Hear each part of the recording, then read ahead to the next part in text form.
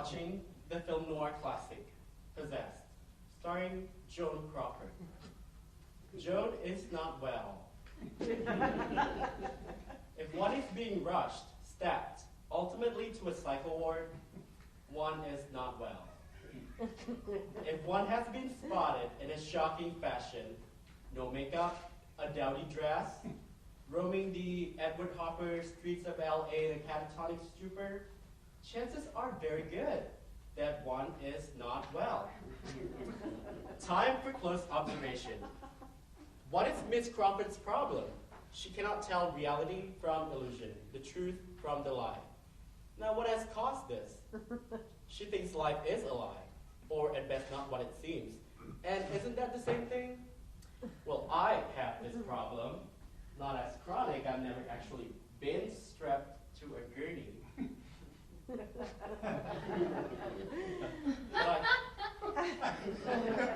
but I can relate. Possessed feels like me somehow. I teach film, how to appreciate it. I always look forward to my course in film noir. This genre rules my life. Not the typical film noir stuff. Crime, money, sex, victim of circumstance or fate. None of that. But something captured in Possessed. Something existential. Dinner, honey. If I were typically gay, I'd have more in common with MGM musicals. But not me. I find comfort in hard-nosed American black and white. Unlike my folks, it's hard to know how they view things, actually. When I visit, it's hard to know how they see me. I'm there, but something apart. A foreigner in my own family.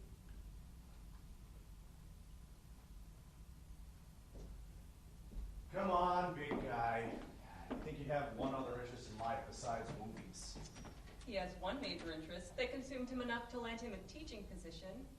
He does not work a job he hates, or fill his life with community work to compensate for how empty he feels and distract himself.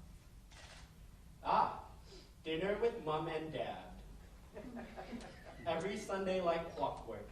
But this one will be different. Don't talk to the audience while you're eating. We're miming eating, dear. My parents are odd. Cheery, but odd. They don't waste words. Everything that needs to be said is communicated. But what they say is never as important as what they don't say. Here is what they don't say. So, was your day as miserable as mine? Like he has to ask. I hate that my life is overshadowed by this, well, I don't exactly want to say circus atmosphere, but maybe that's exactly what I want to say. Circus, and you? Makes me sick. Just awful, isn't it? Terrible. It sucks. Big time. Yes. The frickin' frack of mental distress. And people thought we had nothing in common. How wrong the masses are. Why did we get married, hon? Who remembers? No, wait. It's coming. Here it comes. Here. No, sorry, draws blank. Just like our post-wedding days. Now, we had our moments. Oh, sure. Oh, sure we did. And I enjoyed the both of them. We have 2 fine sons, even if one is now merely unaccounted for. That's a very nice way to put it. Pray that you're never disillusioned. Touché, mother. And it would go on like that. The tone. Mom talking about her patients, she was a nurse, and Dad talking about his carpentry business and charity projects. Good conversation, comfortable, a Hallmark card adrift on dark water. They would talk about anything at all if it had nothing to do with them personally. Still, I heard it. Something underneath, lurking. I kept seeing the two of them in film noir. I'm leaving you. From the looks of it, I'm leaving you. Always the quick retort. The bon mot, the smart guy. Not that smart. I married you. Which is why I need this. Exactly. You could just leave. But what would that get you? Wouldn't that be me all over? Literally? Isn't that what you always complain about? One more mess of mine to take care of. Tough guy. Tough stains. Think of the cleaning bill. Oh, you. Who are you? What are you? Where did it go wrong? When? And why? Ah, yes. It had to happen sooner or later. The 5 big W's. Not just hiding in plain sight, but out there waiting to be explained like tarot cards on a table. You could read me those cards. They could show us the way. Isn't it all right there in those ornate illustrations? Preordained? They say tarot doesn't lie. How do you know I don't? But... And if I tell you the truth? Yes? Nobody wins in a house of cards. All right then, mister, go for broke. Forget the cards. Forget the questions. You used to know how to make me forget. I did used to know, didn't I? Twice. Well, we learn by what we see. But what if we don't know what we're seeing? Our family provides a roadmap for the world. What you read are the roads you take. My map had dead ends, so I looked for them in life. And I found them. And I kept finding them till Mom stepped in. Identity? Mm-hmm.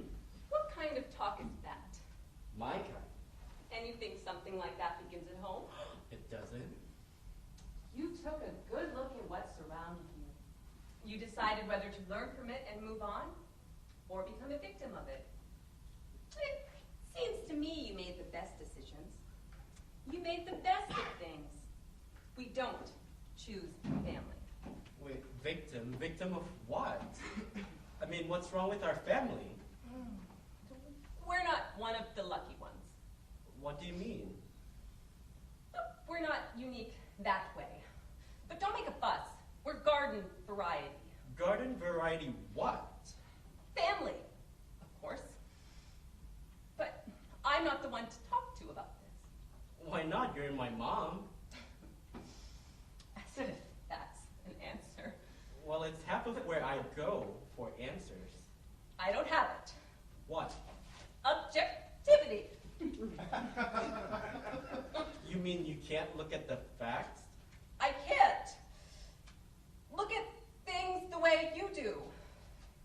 I don't know what will work for you.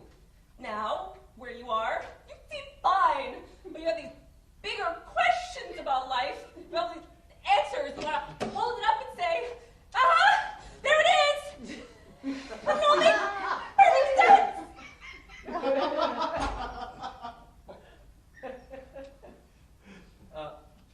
Mama, where'd you get this gun from?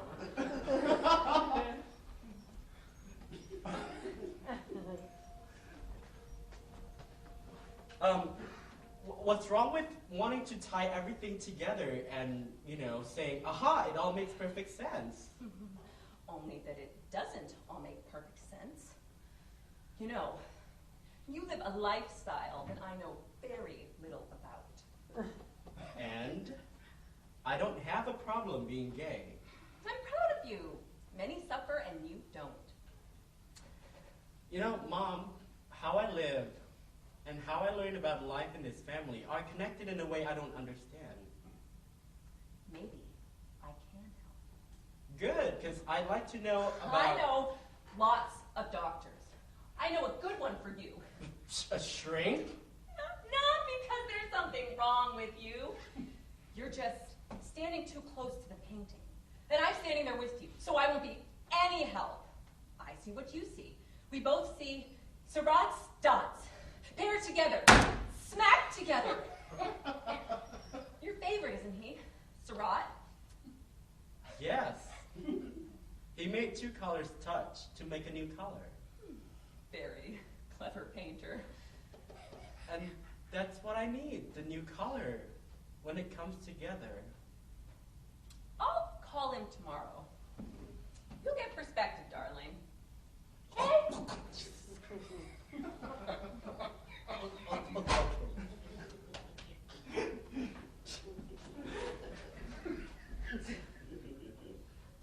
something is inherently wrong at home, you don't always go for the jugular, especially when you can't locate the jugular.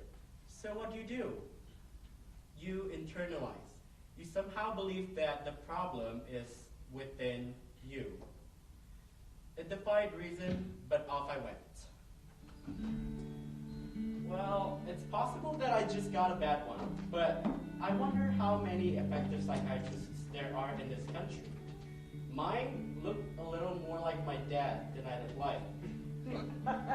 And he seemed to think that getting to the root meant repeat after me. He said, I know what it's like to be dead. I know what it's like to be dead. I know what it is to be sad. I know what it is to be sad. And he's making me feel like I've never been born. And he's making you feel like you've never been born. It didn't last long. I did vent about some personal things, but when you realize you can talk to yourself by yourself, I skipped a session and could almost feel the first message coming. You canceled your appointment today. Thinking that you were on your way, I decided to give you a call to see if you were all right. But then again, if you were all right, why would I be calling? Please reschedule. I almost did, but at the last minute, I skipped again. Seeing your name in my appointment book, I was assuming you were on your way, so I entered our room. Our room? But now my secretary has peeked her head in to say that you have indeed canceled again. Analysis, as you may know, is a journey embarked on by two, not one. I am on that road with you. Worse, I am forging ahead without the road signs you supply. Your silence and your absence seem to suggest that your needs are not being met. He's not really gonna say it. But what about my needs? Think about it. I did think about it. Well, let's see that again in film noir. You think it's that easy? No. Easy doesn't jump out in front. Take up residence in someone else's mind, be familiar, comfortable, and then come back one day to find a vacancy sign. It was all my mom's idea. It was all my mom's idea. Sure, go all edible on me. I'm not going edible. Promise? That one I wouldn't want. Again, you don't want to do this. Then talk to me. Well, I came here to figure out how to get to the truth. Luckily, that could take years. You excite me. I see a supermarket of damaged goods. Okay. Well, I'll call you. We'll talk, okay? Oh my God. Had I been civil, if I were laboring under a dissociative identity disorder that manifested itself as 16 separate personalities, one of me may return. I moved on. When there are two boys in the family, the younger one tends to become the older one's opposite. His older brother would take things at face value and usually accept them without much explanation. But not him. He was voraciously inquisitive, would ask what everything was, what everything meant. He would either tire me out or make me laugh. He asked me once, "Where does a fart come from?" He did. Or, "Why is Bugs Bunny wearing a dress?" Or, "Why is there so much silence in our house?" I don't know how I got out of that one. One time, we were watching this movie, Mildred Pierce. It's about a woman who will do anything to win her ungrateful daughter's love. Bad child, really. Awful. Slaps her own mother. And I think it was at that slap. He said, "Mom, why do most families fail? Is it because all of the lying? All the things they keep from one another just so they'll get along?" I remember how I answered that one. I said, "Honey, I don't know what happens in most families. And we just watched the movie. I don't think we said anything else. And the truth shall set you free was not sewn into a sampler for the living room wall with birds, vines, and grapes. So I rationalized. It seemed to me that I might find truth in a relationship that's based on love and trust. But to find that, one had to brave the dating game.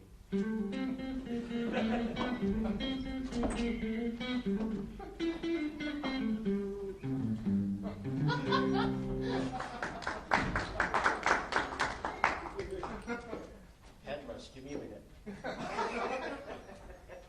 Anyway, I did gain one piece of useful information from analysis. The search for something like happiness, if not truth, is rooted in repetition, a need for the familiar. We like what we somehow know. The average man I dated echoed, Dad, and what was missing at home. Bachelor number 1. Hi. Hi, nice to meet you. We'll see. Okay. I have this thing about truth. How do you feel about being open and honest? Open and honest, okay. You got it. Nice. Basically, I will take your heart, remove it, and feed it to my dog. Well, that's certainly honest. And you'll certainly be open. Oh, okay. Bachelor number 2. Same question. Same question. That's a tough one. Well, yes, it can be, but bachelor number 1 managed. I would like nothing more than to be open and honest. But you can't be. I would like nothing more. Then perhaps try it? If I were in a position to do so, I would like nothing more. Vague, intriguing, when it shouldn't be. Okay, bachelor number 3. You're wonderful. Why, thank you. Nothing vague there, is there? Well, not yet, but my question is... Oh, questions. There's time for that later. But isn't that why we're here? Dive it, dive. Don't you want to live? Well, I want to live, yes. This is how it works. You explore the surface. The whole surface, every inch of it, and then once you've poked around enough and neither one of you are bored, you might get lucky and go down under, savvy? You know, without a little groundwork, I end up bitten in the ass. Whoa, there's an image. How'd you get the groundwork? I see. Surface. Never mix, never worry. Okay, back to bachelor number 1. I suppose I'm something of a romantic at heart. I thought I covered your heart. So you did. Bachelor number 2. I'm married. I see. You want it honest. Good for you, married number 1. And there's more. I'm very closed off. Search for me if you want. That way madness lies. Okay. Well, I guess that makes you a bachelor number 2, then. You romantics kill me. This is how it works. Everyone comes with baggage. With any luck, you'll have had your fun and become history long before anything human figures in.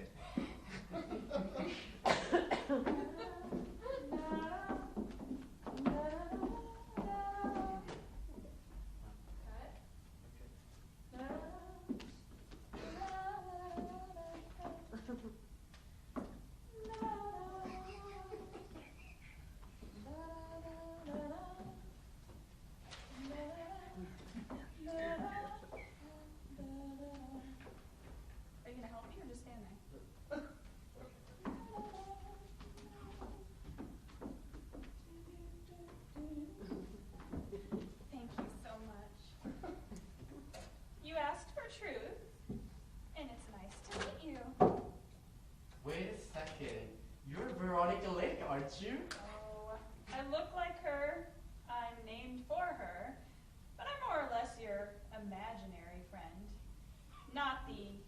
evil kind that talks through your finger. Red rum.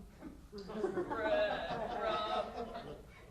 You're not nerdy enough to pal around with a 6-foot, 3.5-inch rabbit.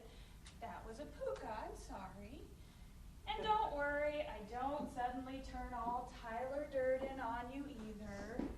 I did consider large scale, but this being shoestring theater, we just didn't have the budget. And besides, the first rule in Imaginary Friends is you do not talk about imaginary friends. I'm more your style anyway. You know, removed, mysterious, lazy-voiced, blonde bombshell at heart. Huh? That's what I am. Oh. You may have a different image of yourself. People often do, though it's not always accurate. My last client saw himself as benevolent, which he was. It helped offset his unhealthy need to be treated like a god and adored by his neighbors. That sounded like Dad. It was Dad. You are much like him. No, I'm not.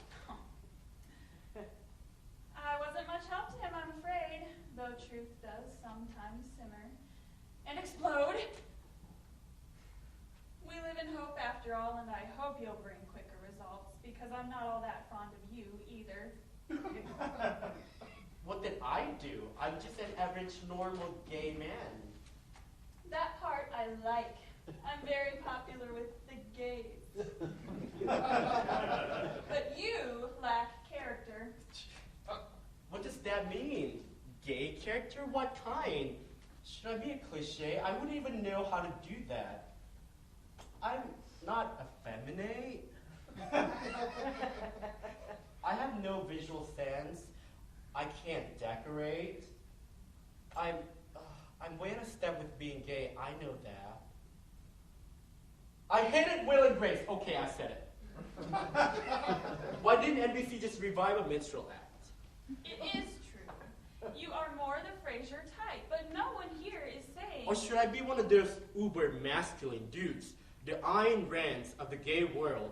Because by God, the sports have to be in there to match the muscles on muscles, to relate to the totally self-satisfied. Holy Mother of Mercy, someone is talkative this evening. Or maybe, just maybe, I should act straight in public. The gentleman's gentleman. And privately sip Chardonnay while crying to opera. But I hate opera. Haha, you like Nessun Dorma. I love Nessun Dorma. Who doesn't like Nessun Dorma? Listen to it.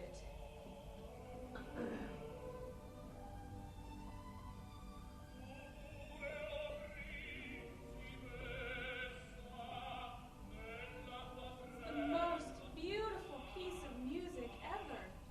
It has a haunting quality. It's a cry of the heart. An elevator ride from the soul to the souls on earth. I'm not even talking about the words. The music alone represents truth, doesn't it? It's there in the notes he sings, that depth of feeling that only truth can bring. Pure, honest, truth. Is truth ever messy if we think about it? I suppose it can be if we're talking about thoughtless candor. If we walk up to somebody and say, oh, whoo, you should bathe once a year. I admit I myself have been tempted along those lines, but it's really just plain cruel. That's not the truth you're even thinking of, is it? No. Or the kind that's all too painfully needed to humanize corrupt corporations. Or the healthcare industry that bleeds us dry. Or our own government, i.e. the deluded, self-hating homo officials in Washington, D.C. who sit high in the hog and don't care if their own kind dies. You're talking about what you can do here and now, aren't you? What you can take into your hands, am I right? Yes, that is what I'm talking about. What I can do something about. You must tread lightly. Be the source of calm that will remove all fear. Be willing to listen and say little. You will personify love and truth. You know, it keeps coming back to the family thing. I know. It's strange. Like a foreign film without subtitles. Yes. Like a Fellini film without subtitles. Yes. Except without the bazooms and the big bucks. Oh. Hey, you know, don't you? I'm here to help. Oh, the end is coming. No, an end is coming. A beginning will follow. Be prepared. I don't know what to expect, though. You know who you are, and you need to take solace in that. Keep a calm center. Take solace in being gay? Well, now that you mention it, let it be about you for a while and take your mind off things. It is fun to be gay. Do you know that? Do you remember that? Oh. Do you think we should show them? Yeah. Well, let's do it then.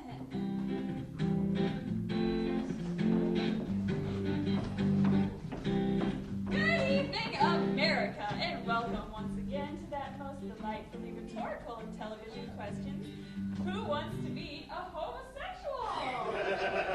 The show that combs your knowledge of gay-centric and often esoteric cinema history to determine your eligibility for America's most controversial alternate lifestyle. I'm your host, Veronica Lake. Applause. Yes. Stop it. Okay. Should we meet tonight's contestants? Contestant number 1, reveal yourself. I'm Cindy. I'm a school teacher, mother of 2. Actually, they're out in the audience. Do you mind if I say? I particularly enjoy a nice, tasteful film, and to this day, I vividly and somewhat fondly remember a one-night experience I had with my female roommate in college. Of course, she moved out the next morning, but... Thank you, Cindy. Thank you. Welcome aboard. Number 2, show thyself. Hi, I'm Carl, married, father of 6, alcoholic. Not really sure how any of that happened. Deeply closeted, probably. I've never actually been with a man. I just think about it a lot. And movies are my escape. Ain't the truth, Carl? Number 3. All right. I am the sun. Hit me with your best shot. Fire away. And I'm not effeminate. All right. Well, on that note, should we get started? Yeah. Okay. Question number 1. In which movie does Betty Davis shoot a man in cold blood? Is it A, Deception, B, The Letter, or C, Hush, Hush, Sweet Child? Cindy! Oh boy. I'm going to have to say Deception. It is a great film. You have seen it, haven't you? No. Oh, okay then. Cindy. But the title implies a gun? All right, that's better, but you are still skimping on your homework and you're sitting this one out. Homo says what? Carl. Hush, hush, sweet Charlotte. Dark movie, really nasty. Yeah, creepy stuff. Is that your final answer? Yep. We shall see. Son. She shoots a guy in all 3 films and does a bang-up job each time. Joe, he is just so adorable. What a pitch that she's so cute. Sorry, Cindy. Carl, trick question. Let's move on. Question number 2. In which Camp Howlfest does Ann-Margret turn into deliciously bad performance?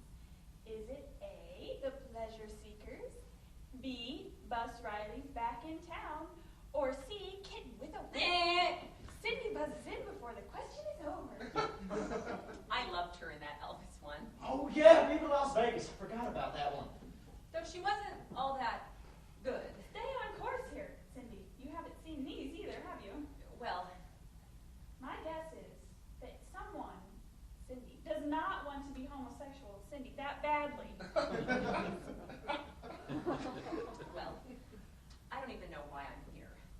when you auditioned for us.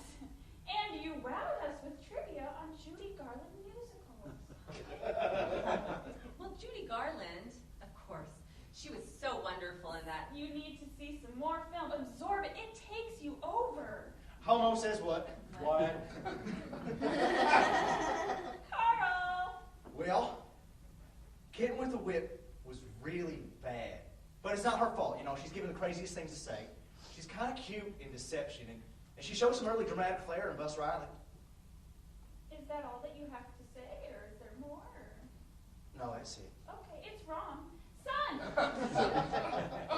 Okay, it's bad, bad, and bad. I mean, it doesn't stop with just those three, but what she does in Bus Riley is so bad, it's almost a how-to and what not to do. She may be perky and voluptuous, again, in The Pleasure Seekers, but the film comes to a jaw-dropping freeze when Anne flamencos her way into her earnest interpretation of the film's laughable theme song. And then there's Kitten with a Whip. Kitten with a Whip! a personal wrong-headed fave. Carl is right, though. It's not her fault. And Anne did eventually turn into a fine actress, but if you aren't gay before seeing her early work, you could easily turn. Very good, son. Very good. Fun stuff. Fun stuff indeed. That cat dying was supposed to be a closet door opening because it's time for Closet Corner. Are you guys ready? Yeah. Okay. Robert Aldrich, director of such memorable macho classics as Attack, an exclamation mark, The Flight of the Phoenix, and The Dirty Dozen, also brought us some of the most bizarre flicks ever to have appealed to gays everywhere. The Legend of Lila Clare, The Killing of Sister George, and last but my word, certainly not least, whatever did happen to Baby Jane? Do these latter films prove beyond a doubt that Aldrich was indeed a closeted homosexual? Cindy buzzes in first with, I'm going to guess a wrong answer. Purely speculative? Very good, Cindy. The old curveball. Oh, I'm just so excited for you. Are you guys ready for the last question? Yeah. Okay, all right. Gayest film ever. Is it A, The Sound of Music? B, Bambi? Or C, The 10 Commandments?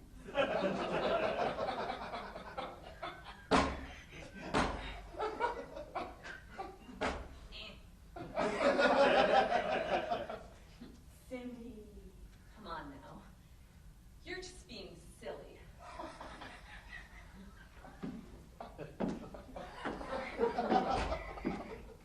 I'm just being silly? Or downright homosexual? Good girl, Cindy, you are on your way. Oh, Carl, you're looking pensive. What's on that tiny little brain? Just thinking about that blonde messenger boy from The Sound of Music. Now that he's gay, just distracting, iconic. We are way ahead of you on this show, Carl. Honorable mention.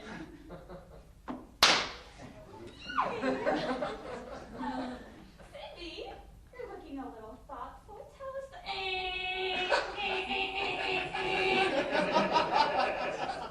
I love Veronica. Did you call me Ronnie? Why, yes, I did. The 10 Commandments. Anne Baxter's performance is very campy and unintentionally funny. I'm sure it makes gay people giggle. Listen to me, Ramses. You thought I was evil when I went to Moses, and you were right. Shall I tell you what happened, Ramses? He spurned me like a strumpet in the street. I, Nefertiti, queen of Egypt. All that you wanted from me, you would not even take.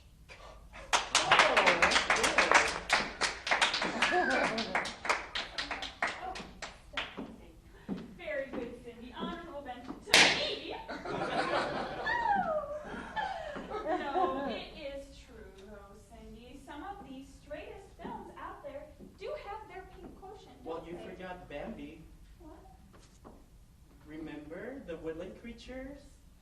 Let's sing a gay little spring song. Oh, yeah. Season to sing. Yeah? Honorable mention For me. for you.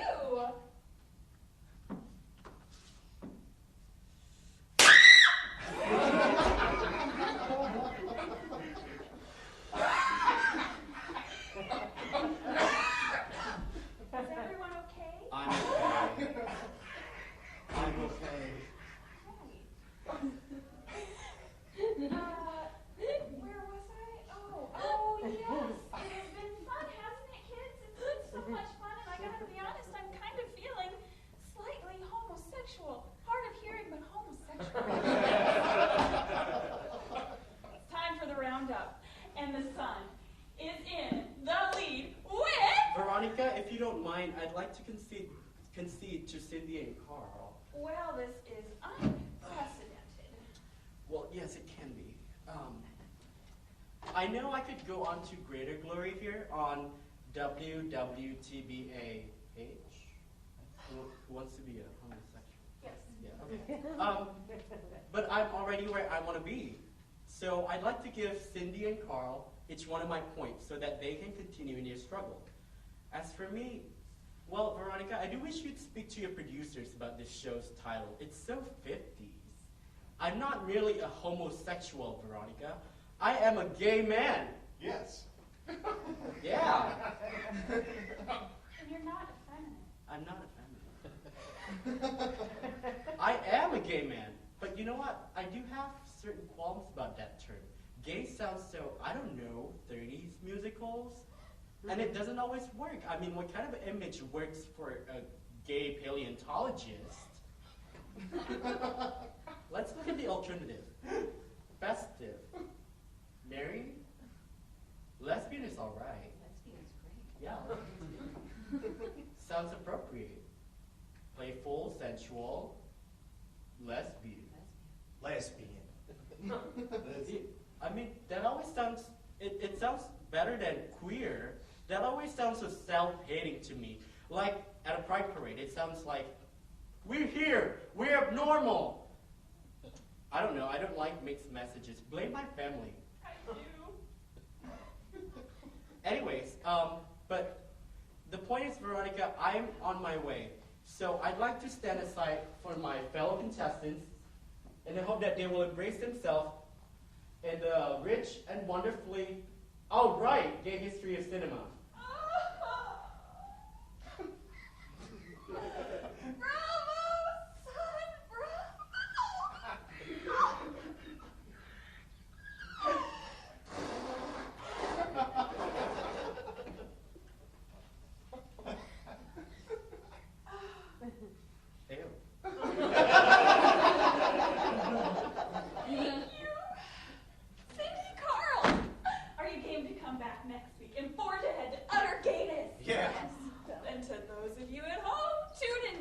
When we will once again ask the question, who wants to be gay?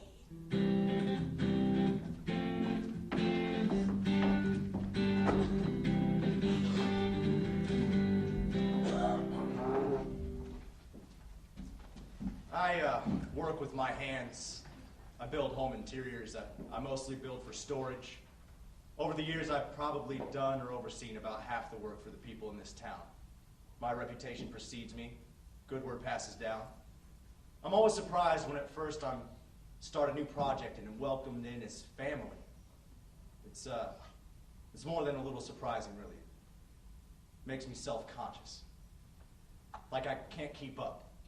You know, like I have too much to keep up with. My wife, she thinks that I hate my main job. She thinks that's why I dive myself into my community work on my own time. But the truth is,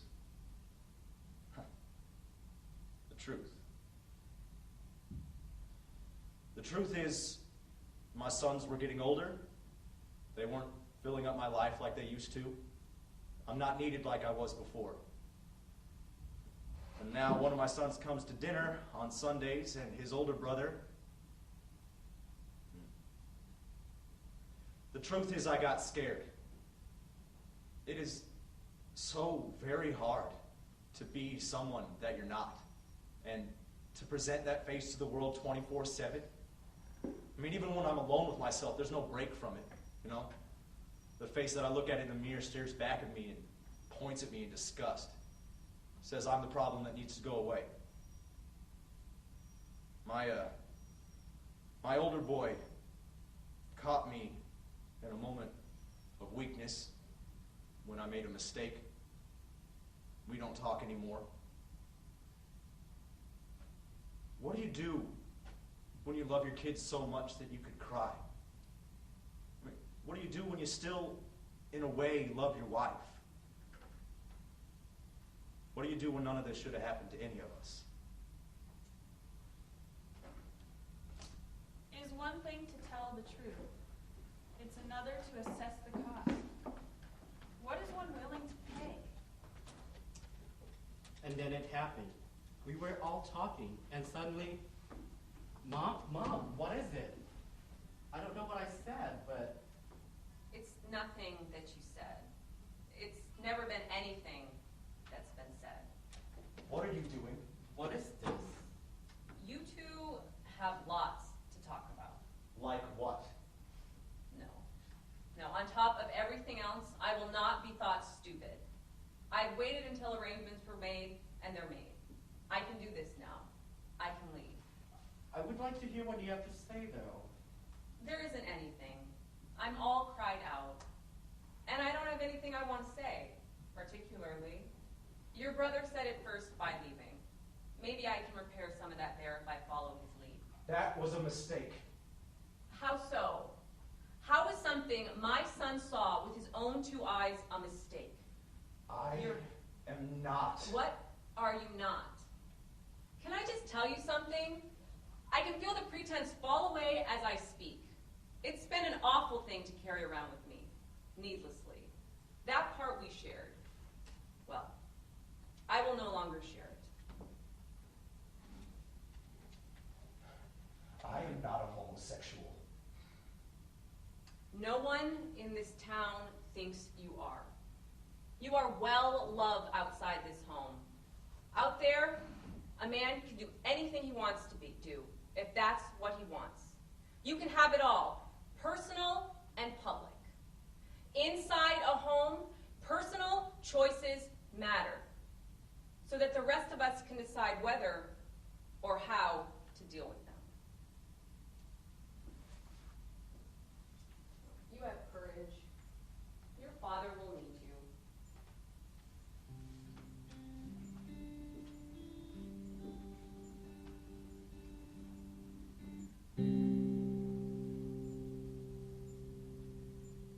And you start your days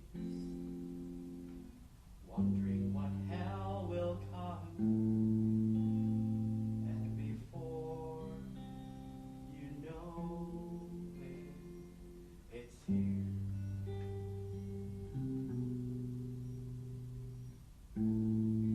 Meaningless meanings, lifelessness in life. Somewhere in there, you just disappear.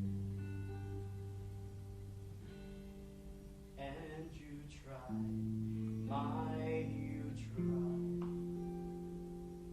putting your best foot forward, 'cause you hope to God or proof that you exist.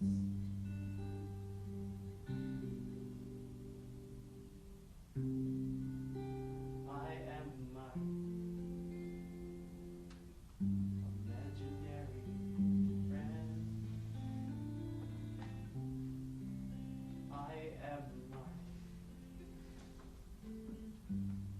imaginary friend.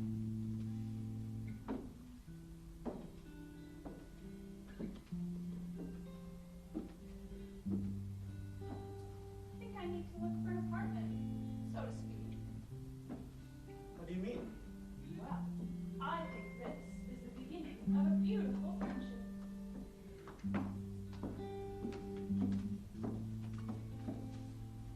Son,